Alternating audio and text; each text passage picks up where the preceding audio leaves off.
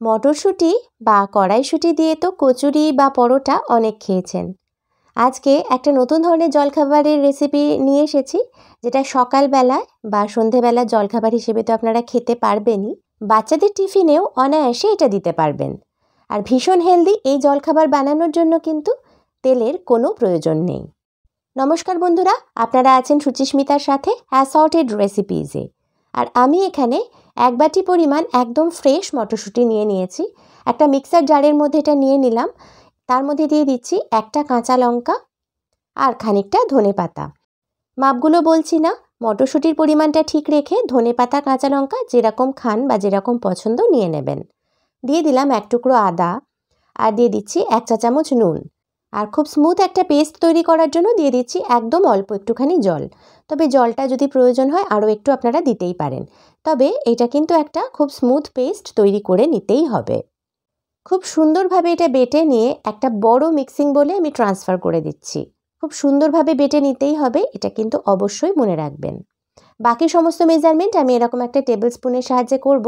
এরকম চামচ আমাদের প্রত্যেকের বাড়িতেই থাকে, সেটা একটু দেখে নেবেন। একদম লেভেল করে 6 টেবিল চামচ নিয়ে নিয়েছি আটা, মানে যে চামচটা দেখালাম ওই চামচে মেপে 6 টেবিল চামচ আটা নিয়েছি। এর পরিবর্তে আপনারা ময়দাও নিতেই পারেন, তবে আটা দিলে ব্যাপারটা অনেক হেলদি হবে, তাই আটা ব্যবহার করলাম। একটু উঁচু উঁচু করে 4 টেবিল চামচ দিয়ে দিলাম সুজি, আর উঁচু উঁচু করে 4 টেবিল চামচ দিয়ে দিলাম চাল গুঁড়ি। চাল গুঁড়িটা আমি এখানে আতপ চালের গুঁড়ি ব্যবহার করেছি, তবে সেদ্ধ চালের গুঁড়ি হলেও চলবে। সমস্ত কিছু একটা হ্যান্ড হুইস্কারের সাহায্যে হালকা করে মিশিয়ে নিলাম। এবার দিয়ে দিচ্ছি ওই একই বাটিতে মেপে 1 বাটি জল, মানে যে বাটিটাতে মেপে আমি মটরশুঁটি নিয়েছিলাম সেই বাটিটাতে মেপে 1 বাটি জল দিয়ে দিলাম। আপনারা যে কোনো একটা কাপ বা বাটি সেট করে নেবেন। খুব ভালোভাবে এটাকে মিশিয়ে নেওয়ার পর দিয়ে দিচ্ছি আরও 1 বাটি জল। এই জলটাকেও খুব সুন্দরভাবে মিশিয়ে নিচ্ছি। মিশিয়ে নেওয়ার পর সব শেষে ওই একই বাটিতে মেপে হাফ বাটি জল দিচ্ছি, মানে অর্ধেক বাটি জল দিয়ে দিচ্ছি। এবার এই জলটাকেও খুব সুন্দরভাবে মিশিয়ে নিচ্ছি, একদম স্মুথ করে নিতে হবে। তারপর ঢাকা দিয়ে ঘন্টাখানেকের জন্য এটাকে রেস্টে রাখতে হবে। 1 ঘন্টা হয়ে গেছে। চাল গুঁড়ি আর সুজি যেটা ব্যবহার করেছিলাম সেটা খুব ভালোভাবে এখন ফুলে গেছে আর নিচে থিতিয়ে বসে গেছে, দেখতেই পাচ্ছেন আপনারা।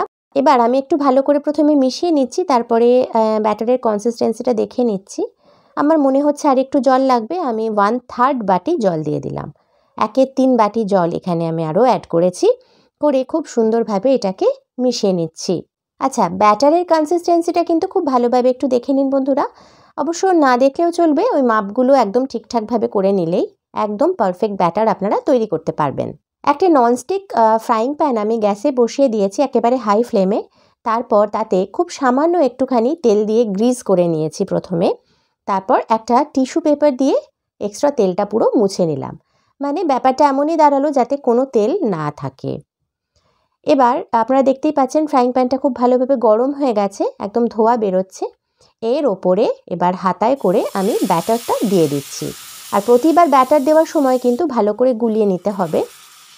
ব্যাটারটা দেওয়ার পর মিনিট খানেক পর্যন্ত কিন্তু ফ্লেমটা একদম হাইতেই রাখতে হবে। আর দেখুন কি সুন্দর জালি তৈরি হয়েছে। খুব চড়া আঁচে এটা না করলে কিন্তু এই জালিগুলো তৈরি হবে না। আর যে জায়গাগুলো হয়ে গেছে সেগুলো দেখেই বোঝা যাচ্ছে, আর যে জায়গাগুলো এখনও কাঁচা আছে সেগুলো আপনারা দেখেই বুঝতে পারছেন। যাই হোক, ভিডিওটা না কেটে আমি পুরোটাই আপনাদের দেখানোর চেষ্টা করছি। এবার দেখুন মিনিট 3 মতন হয়ে গেছে। ফ্লেমটা আমি এখন একটু কমিয়েছি, মানে সামান্যই কমিয়েছি, মিডিয়ামে রেখেছি। এটা কিন্তু এখন আর একদমই কাঁচা নেই, তো আমি উপর থেকে একটুখানি ব্রাশে করে সামান্য তেল মাখিয়ে নিচ্ছি। এটা অপশনাল, দিতেও পারেন নাও দিতে পারেন, চাইলে এখানে একটু বাটারও দিতে পারেন, তাহলে একটা সুন্দর ফ্লেভার হবে। ভালো করে তেলটা লাগিয়ে নেওয়ার পর একটা একদম পাতলা খুন্তির সাহায্যে এটাকে আস্তে করে তুলে নিতে হবে। আর দেখতেই পাচ্ছেন বন্ধুরা, খুব স্মুথলি এটা কিন্তু উঠে যাচ্ছে।